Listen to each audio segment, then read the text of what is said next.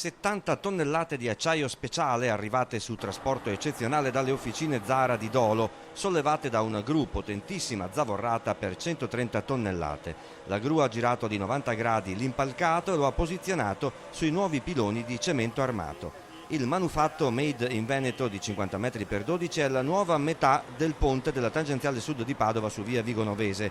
Dopo settimane di lavori il cantiere del comune è arrivato al culmine. Posizionato il ponte, tutti i lavori poi per trasformare quello scheletro in quella che sarà la futura strada. Si vedono anche le differenze costruttive. Il nuovo ponte ha dei piloni in acciaio e delle sponde ben più robuste del ponte di fianco che è ancora quello vecchio. Momento emozionante al quale non mancano i pensionati appassionati di cantieri, alcuni muniti di reflex, ma ci sono soprattutto i negozianti di Camin in pensiero per le loro attività. È questione di ancora poche settimane per loro e per gli automobilisti in transito sulla tangenziale.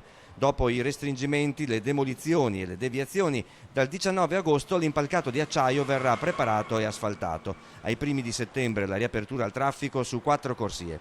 La prossima estate però si dovrà ricostruire anche l'altra metà del ponte e non sarà l'ultimo intervento di messa in sicurezza di ponti e cavalcavia cittadini. Noi in lista abbiamo 8-10 ponti da sistemare per mantenere le condizioni di sicurezza ed efficienza. Serve un piano nazionale per aiutare i comuni.